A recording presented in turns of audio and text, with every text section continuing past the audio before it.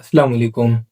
दुनिया तेज़ी से तब्दील हो रही है और इस मॉडर्न दौर में आपको रोज़ाना की बुनियाद पर डिफरेंट बिजनेस मॉडल्स मार्केट के अंदर नज़र आते हैं और हर दूसरे दिन मार्केट के अंदर एक नया ब्रांड आपको नज़र आता है और वो जगह बनाने की कोशिश भी करता है। अब दौर चेंज हो रहा है, कंपनी स्ट्रेटेजिक मूव ले रही हैं और लोग जो है वो ट्रांसफ़ॉर्म कर रहे हैं अपनी चीज़ों को, ट्रांसफ़ॉर्मेशन की तरफ जा रहे हैं और स्ट्रेटेजिक पार्टनरशिप्स की तरफ जा रहे हैं। और मैं पहले भी मुख्तलिफ स्ट्रेटजीज शेयर करता रहा हूँ, बिजनेस मॉडल्स शेयर करता रहा हूँ और इसमें मैं पहले ब्लू ओशन स्ट्रेटजी को बहुत अच्छे तरीके से एक्सप्लेन कर चुका हूँ।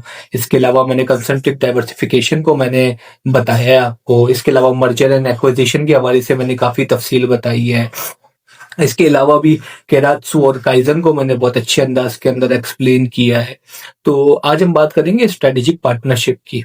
Strategic partnership basically long term collaboration का नाम है। इसमें दो या दो से ज्यादा कंपनीज होती हैं जो अपने म्यूचुअल बेनिफिट के लिए काम कर रही होती हैं और ये पूरा इकोसिस्टम है जो बनाया जाता है। और इस इकोसिस्टम के अंदर आपके सप्लायर्स, आपके कस्टमर्स, आपके वैल्यू बिजनेस पार्टनर्स और आपकी जो करंट टेक्नोलॉजी होती है, वो तमाम चीजें मिलकर एक वैल्यू क्रिएट कर रही होती है। और इस इकोसिस्टम का ऑब्जेक्टिव यही होता है कि साथ कनेक्ट करके मिलकर फास्ट ट्रैक के ऊपर साथ ग्रो किया जाए। अब कंपनीज की अप्रोच चेंज हो रही है। अगर आप कंपटीशन की बात करें तो अब कंपनी वर्सेस कंपनी कंपटीशन नहीं रहा। अब बात होती है इकोसिस्टम वर्सेस इकोसिस्टम की।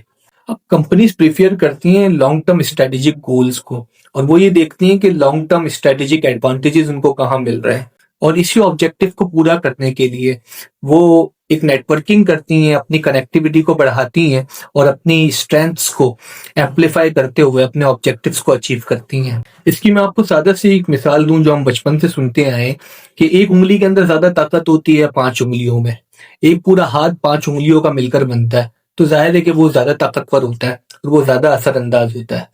तो इसी की मिसाल जो है वो हम दे सकते हैं स्ट्रेटेजिक पार्टनरशिप्स के हवाले से कि पूरा एक इकोसिस्टम बन जाता है और एक हाथ जब बनता है और जब 2 3 4 कंपनी इसके अंदर शामिल हो जाती हैं तो जाहिर है कि वो ज्यादा ताकतवर होती हैं, उसके मसल ज्यादा स्ट्रांग होते हैं और वो आपकी जो ऑपरेशनल कॉस्ट है उसको भी रिड्यूस कर देती है और आपको साथ ग्रो करने के मौके बहुत ज्यादा मिलना शुरू हो जाते हैं। स्ट्रेटेजिक पार्टनरशिप बेसिकली 5 तरह की होती हैं। सबसे पहले तो डिस्ट्रीब्यूशन पार्टनरशिप आप ले लें तो स्ट्रेटेजिक डिस्ट्रीब्यूशन पार्टनरशिप के अंदर सिंपल ये होता है कि वैल्यू बिजनेस पार्टनर्स होते हैं। नॉर्मली जिस तरह का मॉडल होता है तो आप डिस्ट्रीब्यूटर को जो है अपना बिजनेस पार्टनर बना लेते हैं। साथ साथ मजीद चीजें अब एडवांस हो गई हैं तो इस एडवांसमेंट की अगर मैं मिसाल दूं तो आप ई कॉमर्स प्लेटफॉर्म्स हैं तो उनके साथ भी आपकी पार्टनरशिप हो जाती है। तो ये भी स्ट्रेटेजिक पार्टनरशिप का हिस्सा होता है, डिस्ट्रीब्यूशन मॉडल के अंदर आ जाती है ये चीज। सेकेंडली एक टेक्नोलॉजी पार्टनरशिप होती है। इसमें डिजिटल ऑनबोर्डिंग है और क्यूआर पेमेंट्स वगैरह अब जाहिर है बहुत ज्यादा आ गई है। वक्त तब्दील हो रहा है